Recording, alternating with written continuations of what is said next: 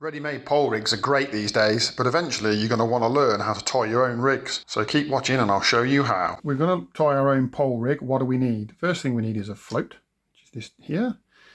Then we need some line. And then if you want to attach the float to the line, we need silicone. And then we also need some shots so that we can make it all sit right in the water. And then when we've finished with it all, we're going to need a winder to put it on so that we've got it ready to go when we get to the bank. We need some scissors, obviously, for trimming things whilst we're doing the process. And then these two items here are optionals. This is a loop sizer and this is a loop tire. The first component in the rig is the float. Now, many people get daunted by selecting a float. If you've got one left over from a ready rig, just use that. If not, get yourself any pattern which looks like this, like a long elongated rugby ball body. Nice and simple. That'll be perfect for 90% of your fishing. Assuming you've managed to save the float from your ready rigs, then hopefully you've managed to save the pole float silicone as well. If not, you're going to have to go out and purchase some. You can see here I've got some 0.3mm diameter silicone, which is quite good for the float that I'm using. If you're confused about this, just take your float into the tackle shop and they'll help you select the right silicone to fit your float. So I've taken the pole float silicone, 0.3mm size that I've just showed you a second ago, and I've cut these three pieces off one of the lengths and I'll put it back in the bag because that's all we need. I'd estimate 5mm, 5mm, 8 or 10mm, that longer piece, and I'll show you why the different lengths in a minute. Don't fret too much about the sizes, just make one slightly longer and I'll show you why in a bit. Right, next consideration is line. So this product that I'm showing you here is Reflow Power, and it says here in big letters 0.15mm, which is the diameter of the line, and at the bottom is the breaking strain of the line. This is a dedicated pole fishing line. Don't get caught up too much about that. If this is the first time you've done a pole rig and you're just tying some, just get some line that you're happy is strong enough to do what you want it to do. Then later on, as you tie more rigs, you can become more fussy and picky about what line's right for you. This is what I'm tying. This is sort of middle of the road line. If I was going to be bagging up really, really big fish, I might go up to 0.19, which might be more like 8 or 9 pound. And if I was going to be catching little silvers, I might go down to sort of 0.13, which might be more like 3 or 4 pound. Don't get too worried about it to make sure it's strong enough to do the job for you. So now we're ready to start building our rig. I've got the line here, I've got the end of the line in my hand. I've just trimmed the end off with a bit of scissors because sometimes I bite the line and I want to, if you trim it with the scissors, you get a nice, cleaner, easier to thread piece. On the float, there'll be an eye just underneath the stem there. You're probably not picking it up on the camera. I can't do much about that because my camera's, not brilliant. And you want the line to go through the eye from the top to the bottom, like so. It's a bit tricky because I'm doing it with the camera right in front of my face. There's the line going through this eye. And then pull a bit of line down. Now, you've got 2 small pieces and 1 long piece. You put your small pieces on first.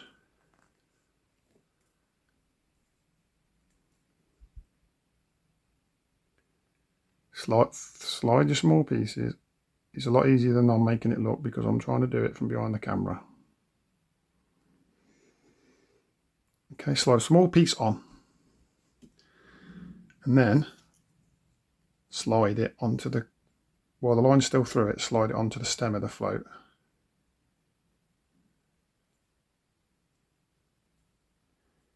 It should go on reasonably easy, but not too easy. Like so. And then slide your rubber all the way to the, well, just under the top. Give yourself a little gap there. You don't have to go right up underneath the body. Then we're going to repeat the process with the next small one, and he's going to go in the middle, and then the longer one's going to go at the end. Right, there we are, 3 pieces of silicone on. Small piece, longer piece. Need a little gap here for this one in the middle. This one here, he overlaps the end of the stem. You can just see there that there's not stem all the way to the end of the silicone. There's actually a little bit of silicone overhanging the stem. This prevents tangles. It's hard to explain without actually being on the bank or having the whole rig finished. But just take my word for it, always overhang that a little bit and it will save you a lot of headaches on the bank. If you have the stem sticking out the bottom, it will cause you tangles. So that's where we are. So the things to think about at this point, if your silicone is moving up and down the stem too easily, then it's probably too thick of a diameter. We've used 0.3mm here, which is just about bang on for these floats. And in my experience, you'll get away with it for most floats. However, if it's really, really hard to move, then you might have to go up a bit bigger. Or if it's sliding really, if you've got a super fine float stem, then you might find that it slides about and it's too soft. But you want to just be able to move. You want to be able to move it on the line, the float, but not easily. You don't want it to move on its own. You want it to move only when you want it to move.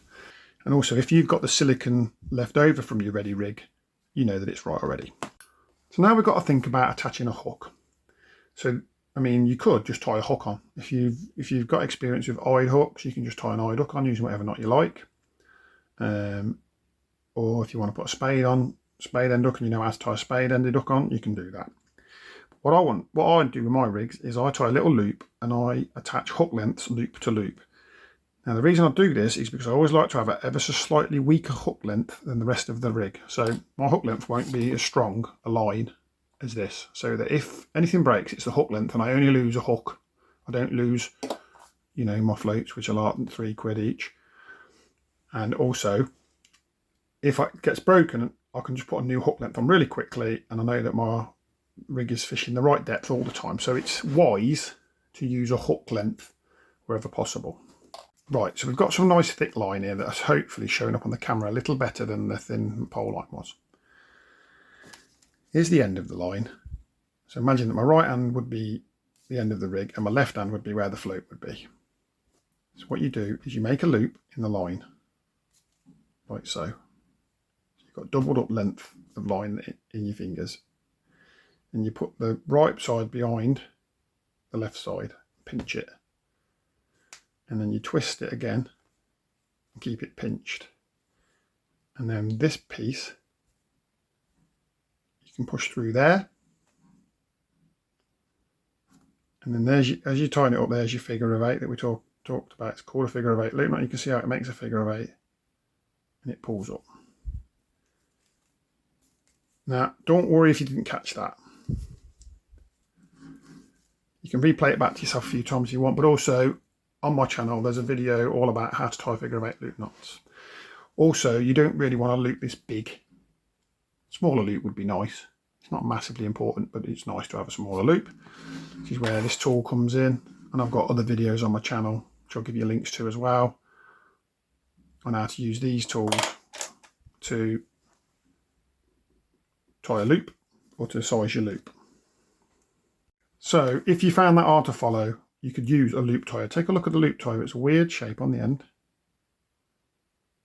but it helps you tie a figure of 8 loop knot really easily, and I'll show you how now. And they pick these up for £1, £2, you know, they're not expensive. Your tackle shop will have them in. If you can't find them online, they're dead easy to get hold of. Just a loop tying tool, and it makes a figure of 8 loop knot, which is what you want because they're strong knots. So again, you double up your line. So that's going to be your loop. And what I tend to do is pinch it like that so that the line's doubled up. So your loop's up here, this is your loop here, and then your neck goes into there, and then just twist it once, twist it twice. And then what you want to do is get your loop, this piece of your loop, I'm still holding that knot by the way so it hasn't come untwisted, and you want it to go into the gap in the loop tire, and then you just pull it all tight. And then what happens is as you slide it off, it just tightens it and turns it into a knot. It's dead simple.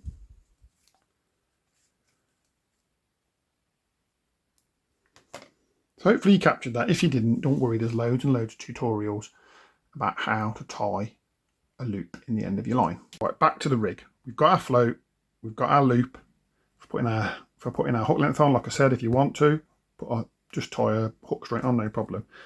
And then you've got to decide how much line you want above the float, and this is going to determine the maximum depth that you can fish with this rig. So make it a bit longer than you think, and you can cut it down on the bank when you get there, so sort of 6-7 feet, or the length of your top kit if you want, so that you know you've got it long enough to fish with. For demonstration purposes, I've just done a couple of feet because I'm throwing this rig away when I finish tying it for you guys, and I've just tied another loop on that end. I won't go into details about attaching your rig to your top kit because I'm hoping that you've already done that if you're watching this video, and that you move so that you know what to do. But again, it's a loop at that end and it's a loop at the other end. So you only got to tie a loop knot in order to make a rig. You can just, for now, if you don't know how to tie hooks on, or you're not sure about doing spade ends, you can just buy ready-made hook lengths. And I've got a video on my channel about how to use spade end ties and things like that, so you can hunt around and find that information. But we're not going into that today, we're just doing the rig. Okay, so the last thing to finish this rig off is weight. We've got to put some weights on the line so that there's the right amount of weight on the line so the float sits properly in the water. Now, this is going to be good because I've not actually used these floats before. And so I don't know how much shot this one takes. Right, today we're using Stotts. And I use a number 9 size Stott, which is a weight. It's a Preston brand Stotts. Same sort of thing is called Guru Cubes or Midi Do Them, I'm not sure what they call them. But they're like a cylindrical sort of weight, which is much softer than your traditional Stott shots. Easier to use, more forgiving, really good for carp fishing and things like that. So that's what we're going to use them for. Now I use number 9s as my bulk slot, the ones to get the float cocked enough. You can go on number 8s if you want, they're a little bit heavier. Number 9 is lighter and it goes 8, 9, 10, 11, 12, 13. Getting lighter the bigger the number is. But I like to use 9s, and I know that a 9 is around about 0.05 of a gram. And I know by looking at some charts on the internet that a 4x12 float, because 4x12 won't mean anything to you, but it's about 0.3 gram. 0.3 grams. If you want to know more about what this 4x12 means, I've got a video on my channel about it. Just have a look. Have a look in the jargon busting section and you'll find it in there.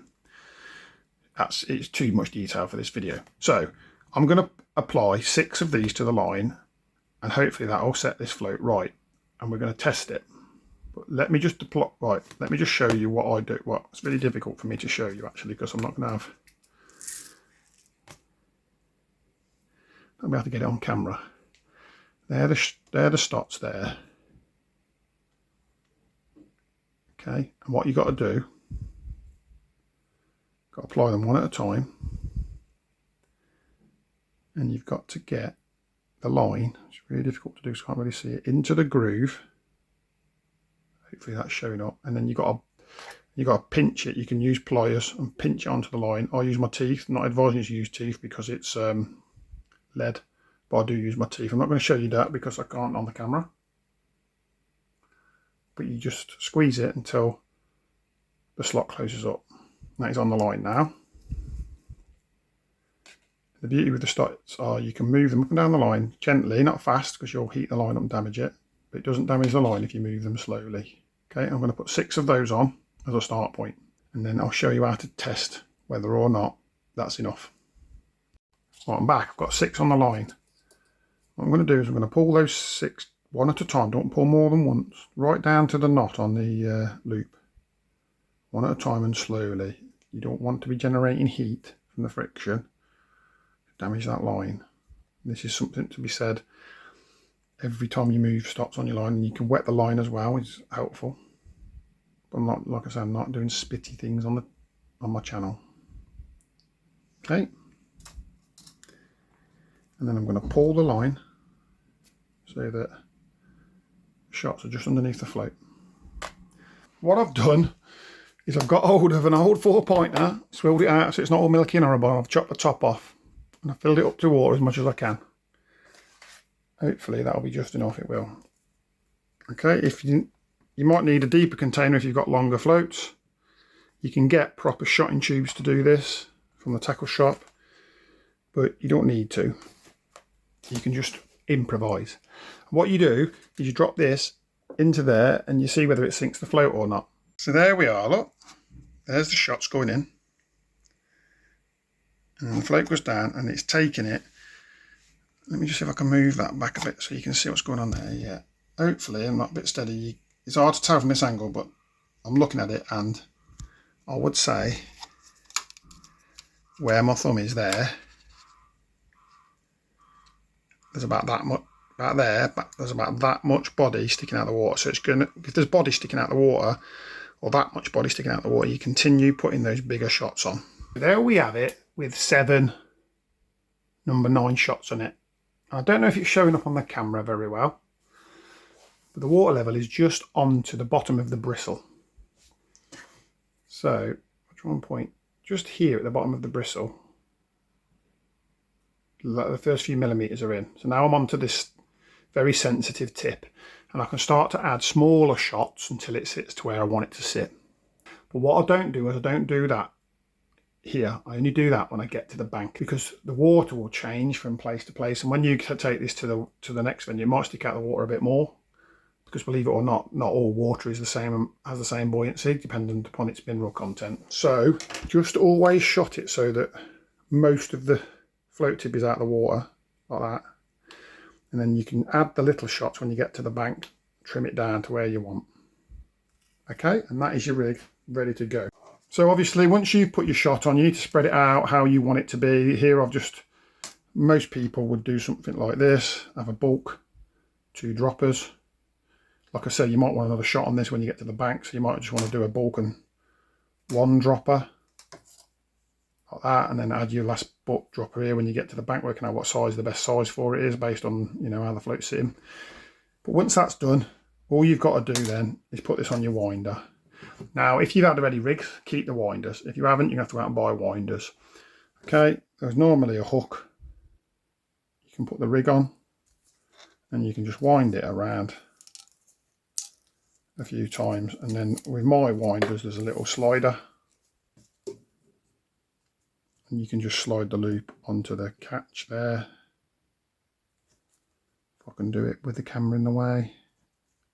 Oh, if I had it then, there we are. And that holds it all in place. That just puts in the box like so. And then you're going to have to write on the side what it is. And normally, you know, you've got to be thinking about what size line is it, what size float is it perhaps.